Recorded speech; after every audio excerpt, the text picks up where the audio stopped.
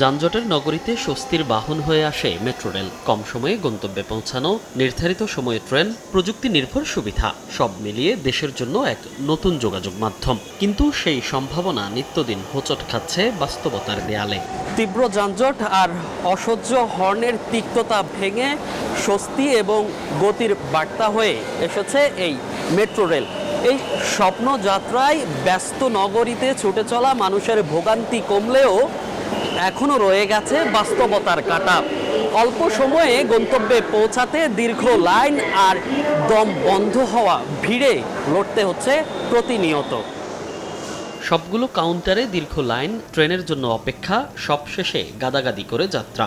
এসবই এখন মেট্রো রেলের নিয়মিত চিত্র। দিনকে দিন যাত্রী চাপ বাড়লেও বাড়েনি মেট্রোর কোচ সংখ্যা। উদ্বোধনের সময় 6টি বগি নিয়ে যাত্রা করে মেট্রো। তবে কথা ছিল মেট্রো ছুটবে 8 বগি নিয়ে, কিন্তু 6 বগিতেই আটকে আছে সাধের এই যান।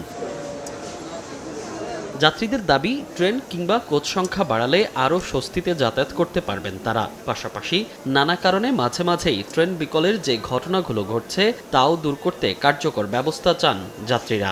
অনেক সময় মানুষের নামতে পারে না, অনেক সময় উঠতে পারে না। বগি সংখ্যা যদি একটু বাড়ানো হতো তাহলে ভিড়টাও কমে যেত। বগি এবং রেল সংখ্যা যদি বাড়াইতে পারে এবং এটার জন্য যদি নজরদারিতে আনে, তাহলে অফিসগামী এবং প্রতিদিনের যেসব যাত্রীগণ তারা অনেকটাই স্বস্তির আওতায় আসবে। ভোগান্তি কমাতেই কি চিন্তা রয়েছে মেট্রো রেল কর্তৃপক্ষের? আদৌ কি বাড়বে কোচ কিংবা ট্রেনের সংখ্যা?